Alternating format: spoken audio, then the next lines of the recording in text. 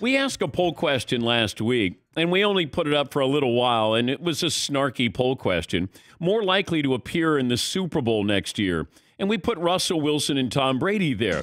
Well, this is before Tom Brady announced he was coming back. Most of you, of course, said Russell Wilson. How would you vote on that today? That might be our poll question. NFL offseason's gotten off to a crazy start. So you had Russ going to Denver, Amari Cooper, now with the Cleveland Browns. Khalil Mack with the Chargers. That's happened in the last 2 weeks.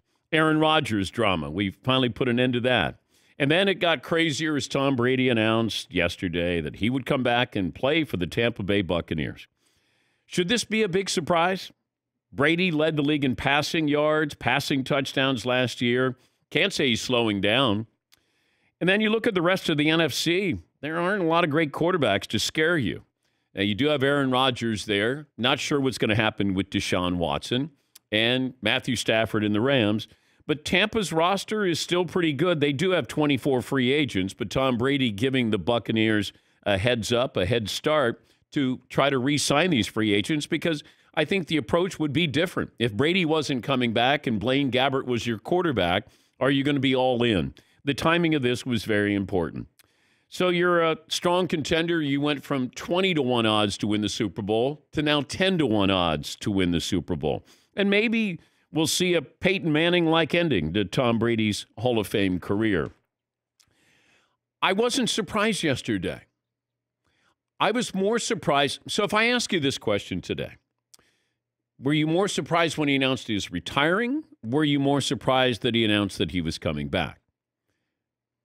I was more surprised that he retired because if you look at the numbers, he could have easily won the MVP. He threw for 5,000 yards. He led the league in touchdown passes, and they almost beat the Rams. I mean, if you go back when he won the Super Bowl, so let's say you're Tom Brady, and I'm trying to figure all of this out. By the way, we say good morning to those watching on Peacock, or those listening as well, our radio affiliates around the country. iHeartRadio. You can download the Peacock app, watch this show for free. Got a lot of things to talk about. The bracket challenge we have. You can be involved in this, and I'll tell you what we have gift-wise that we're going to give away to those who finish in the top 3 or 4. Some of our sponsors stepped up big, as you'd come to expect here, and I'll tell you about that coming up. So, Tom Brady wins the Super Bowl 2 years ago. And then I thought, okay, check.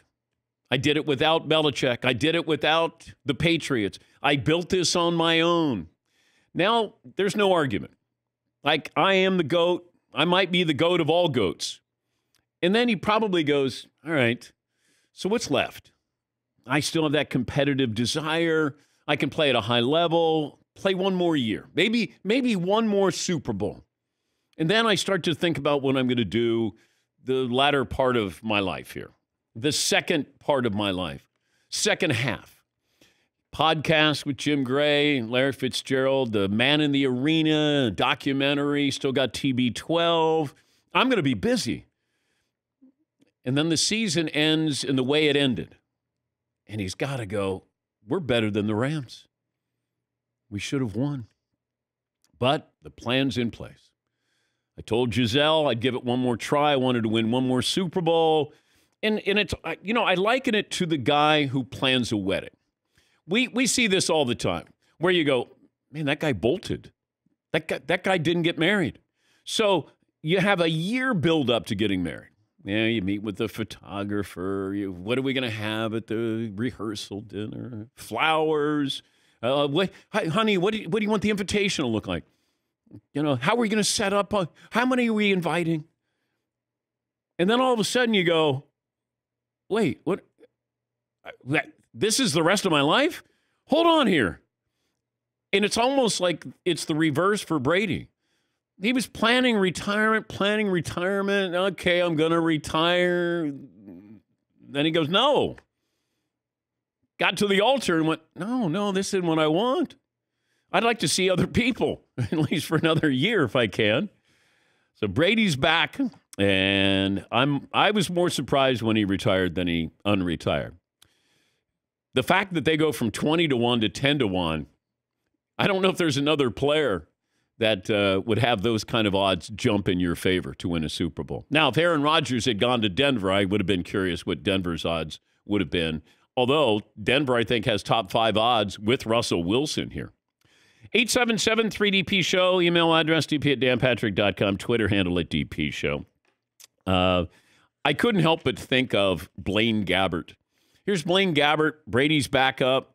He's got to be thinking, yep, I'll be a starting quarterback again. Take over for Tom. I'm back. And then all of a sudden, probably heard, did you hear about Tom? What? Tom's over in England watching a Manchester United soccer match with the Glazers. Now you start to go, wait, what's he doing over there? Oh, this is probably on his wish list, his bucket list. I always wanted to see a game, Manchester United. And all of a sudden, there's this picture with him and Cristiano Ronaldo. And Ronaldo says, are you done? And Brady can't answer. He can't lie to CR7. And so he doesn't say anything. And I went, oh, my God. I thought he was asking for permission from the Glazers face-to-face to be traded to the San Francisco 49ers. That's what I thought. And then it turns out he probably said, out of respect, I want to come over, I want to talk to you, and I want to let you know that I want to come back. Maybe. But I started to think, Mike Florio might be right that Brady would be coming back to play for the San Francisco 49ers. That was a big topic yesterday, certainly with our listeners, because Mike Florio says he'll take a pie to the face if Brady doesn't end up with the 49ers this year.